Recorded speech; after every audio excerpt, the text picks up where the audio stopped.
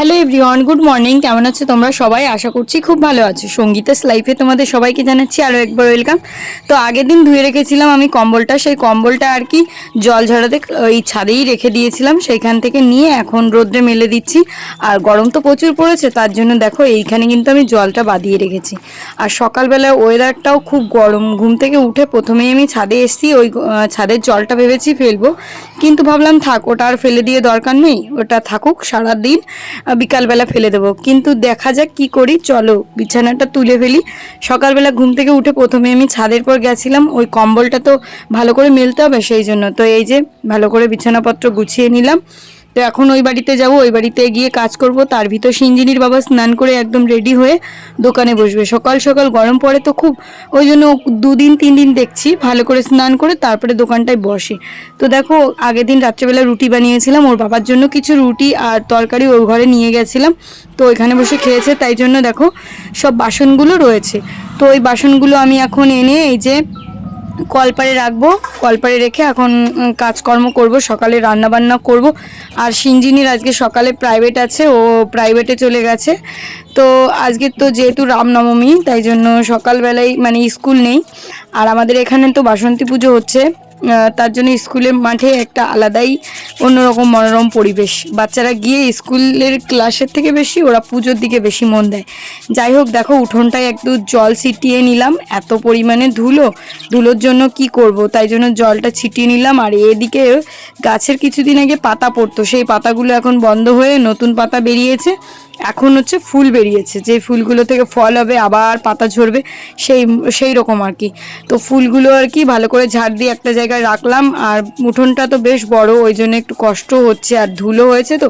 আর ঝাঁটাটা ভীষণ খাটো, তো এই খাটো ঝাঁটা দিয়ে ঝাড় দেওয়াও যাচ্ছে না, তাই জন্য দেখো ওই পাশের বাড়ি থেকে একটা বড় লম্বা ঝাঁটা নিয়ে এলাম। তো এই ঝাঁটাটা দিয়ে একটুখানি ঝাড় দিচ্ছি। এর পরের বার ভেবেছি একটা যদি ঝাঁটা বানাই, ভিতরে একটা বড় লম্বা লাঠি দিয়ে বানাবো, যাতে ঝাড় দিতে কোনো অসুবিধা না হয়। এত পরিমাণে ঘাড় ব্যথা হয়ে যায়, মানে ওই কোমরটা ব্যথা হয়ে যায়। তো চলো চাটা বানিয়ে নিই, সকাল সকাল চা বানাবো। আর সিঞ্জিনি যেহেতু প্রাইভেটে গেছে, ওর প্রাইভেটের দিদিমণির মা বাড়িতে নেই, ওর আর কি পরীক্ষা আছে কলেজের, তাই জন্য দেখলাম ওদের বাড়িই পড়াচ্ছে, তাই ভাবলাম সবার জন্য চা করে নিয়ে যাই। এই দেখো সবার জন্য আর কি চা করে এখন নিয়ে যাব। অনেকগুলো কাপ দিয়েছি আমাদের দুইজন, তারপরে আবার চৈতালির শাশুড়ি মানে পিসিমা, উনিও আর কি চাটা বানায়নি, একা একা রান্নাবান্না করে খেতে পারে না, ওই সিদ্ধ ভাত চাটা খায় না, তাই ভাবলো আমার কাছে এসছে যখন আমি তাহলে পিসিমাকে এক কাপ চাও দিই। তো এই যে দেখো চাটা করে নিলাম। এখন আর কি এটা নিয়ে যাব। আর গ্যাসটা না ভালো করে মুছতে হবে, প্রচণ্ড পরিমাণে আগের দিন রুটি বানিয়েছিলাম, সেই আটার গুঁড়িগুলো রয়েছে। তো এই যে পিসিমাকে এক কাপ চা দিয়ে বসিয়ে দিলাম, আর এই চাটা এখন নিয়ে ওদের কাছে দিয়ে আসবো। ওরা তো সবাই পড়ছে। আর সিঞ্জিনির পরীক্ষার রেজাল্ট মোটামুটি ভালো বলবো কি, খারাপই হয়েছে, কারণ একটা ও পরীক্ষার জানতো না যে এই পরীক্ষাটা হবে। আর আমরাও না একটু ভুল করে ফেলেছি, তার জন্য এত বড় একটা ভুল হয়ে গেছে আমাদের থেকে, যে মেয়ের কোন জিনিসটা পরীক্ষা আমি খেয়াল করতে পারিনি।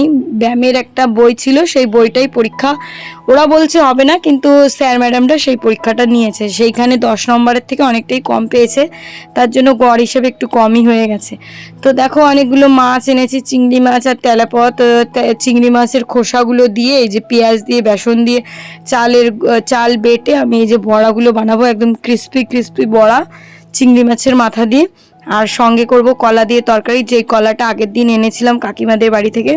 তো কড়াইটা ভীষণ তেতে গেছে, লোহার কড়াই তো, যখন তেতে যায় ভীষণ তেতে যায়, আর যখন তাপতে একটু টাইম লাগে, তাই জন্য বড়াগুলো দেখো উল্টে পাল্টে ভেজে নিলাম। আর এই দেখো রান্নাবান্না করে নিয়েছি। বড়া আর পোচ, সেটা হচ্ছে সিঞ্জিনির বাবার জন্য। তুই খেতে চাস পোচটা? হ্যাঁ। না, কলার তরকারি, এখানে তিতে শাকের তরকারি, আর এই যে ভাত। খাবো। তো পিসিমাকে বলেছিলাম, পিসিমা তোমার জন্য রান্না করবো ওখানে। পিসিমা বলছিল যে চাল দিয়ে যাও, তুমি আমার জন্য কোটা রান্না করো। তো আমি বললাম ওইসব কিছু দেওয়ার দরকার নেই, তাই পিসিমাকে বললাম যে থালা নিয়ে আসো, আমার রান্না হয়ে গেছে, নিয়ে যাও। তো ওই যে পিসিমা থালা বাটি নিয়ে এসছে, তো ওনাকে দিয়ে দেবো, উনি খেয়ে নেবে। আর দেখো দুপুরবেলা বসছি ভরা রোদে, আমি এই যে কিছু জ্বালানি কাটতে, এই জ্বালানিগুলো কাটার জন্য সিঞ্জিনির বাবাকে দোকান বন্ধ করে বলেছি যে আমাকে একটু ফেলে দাও, আমি একা একা টুকটুক করে কেটে নেব। এটা হচ্ছে সুবরির যে বড় ইয়েটা থাকে, সুবরি গাছ শুকিয়ে গেছিলো, হয়েছিল, অনেক দিন আগেই হয়েছিল, আর এর ভিতর প্রচণ্ড পরিমাণে মাজালি। তো ওই কাজটা করার পর দেখো বাসনগুলো মেজে এখন তুলে রাখছি। তো বাসন টাসন সব কিছু মাজা হয়ে গেছে। আর একটা ব্লাউজ না কেটে রেখে দিয়েছিলাম, ওই মেশিনে ঝুলছে দেখছো, ওটাকে কমপ্লিট করতে হবে। আর দুটো রুটি বেঁচেছিল, যেটা ওর বাবা আগের দিন একা একা খেয়েছে, তো খায়নি, কি খেয়েছে না খেয়েছে জানি না। দেখি দুটো রুটি, আর এই রুটি তো গরমে খাওয়াই যায় না, ভীষণ পরিমাণে গ্যাস হয়, হজমেরও ব্যাপার থাকে, আটা জাতীয় জিনিস না খাওয়াই ভালো এই গরমে। যত সম্ভব ভাত টাত ঠিক আছে, একটু লাইট তরকারি টক ডাল এগুলোই খাওয়া উচিত, তাই না? তো এই যে দেখো আমি রুটিগুলো ফেলে দিচ্ছি এখন গরুর জন্য। বন্ধুরা সব বাসন মাজা হয়ে গেল, জ্বালানিগুলো কাটতে গিয়ে আমার এত পরিমাণে কাঠপিঁপড়ে কামড়েছে। এখন আমি স্নান করতে যাব, এখন বাজে 2:30। তো ঘর দুয়ার সব মোটামুটি কমপ্লিট গুছিয়ে নিলাম। তো চলো স্নানটা। যে এই কচুটা দেখছো, এই কচুটা আমার শাশুড়িমাই মাত্র এসছে। আমি বললাম যে কচুটা তো তুলেছি, কি করবা? বললো যে আগে রোদ্রে দাও তারপরে খেও, ওনার মনে খাবে না। আর এই কালকে আমার মেয়ে এই গাছটাকে একদম তুলে ফেলেছিল, তাই আজকে আবার ঠিক করে লাগালাম, মানে কালকেই লাগিয়েছি, তবুও দেখছি যে বাঁচবে কিনা, মনে হয় বেঁচে যাবে। আর তোমাদের আরেকটা জিনিস দেখাই চলো, যে এই গাছগুলো এই ফুলগুলো দেখো কি সুন্দর ফুটে আছে, দেখতে এত ভালো লাগছে। এই দেখো ওই ফুলগুলো কিন্তু কালকে ফুটেছে, আজকে একটা করে ফুটছে। কে যেন না এসে ওই যে ফুলগুলো ফেলে দেয়, দেখো ওই যে দুটো তুলে ফেলে নাকি, আমার খুব রাগ লাগছে।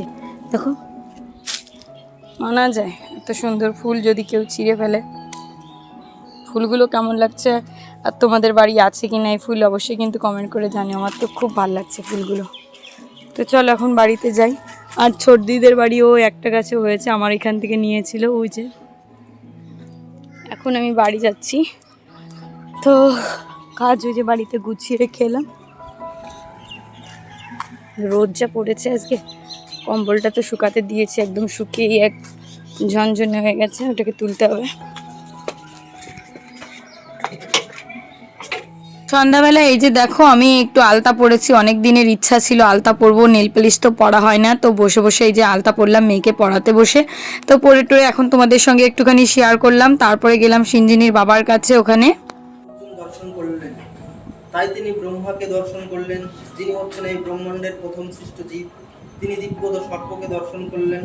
ব্রহ্মাণ্ডের নিম্ন দেশে যারা উপর নর এখানে সিঞ্জিনির বাবা একটা বই পড়ছে, সেটা হচ্ছে গীতা। তোমরা হয়তো পড়ে শোনা দেখে বুঝতেই পেরেছো, তো আমিও একটু মন দিয়ে শোনার চেষ্টা করছি, তাই একটুখানি ভিডিও করে নিলাম। তো চলো বন্ধুরা, আজকের ব্লগটা কেমন লাগলো অবশ্যই কিন্তু কমেন্ট করে জানিও, যদি ভালো লাগে একটা লাইক করো, চ্যানেলটিকে সাবস্ক্রাইব করো, আর তোমরা পাশে থেকো। তোমাদের অসংখ্য ধন্যবাদ আমার পাশে থাকার জন্য। আর আমি আরও নতুন নতুন ভিডিও নিয়ে আসবো। তোমরা যদি চাও এডিটিং কী করে শিখতে হয় সেই ধরনের আমি একটা ভিডিও বানাবো।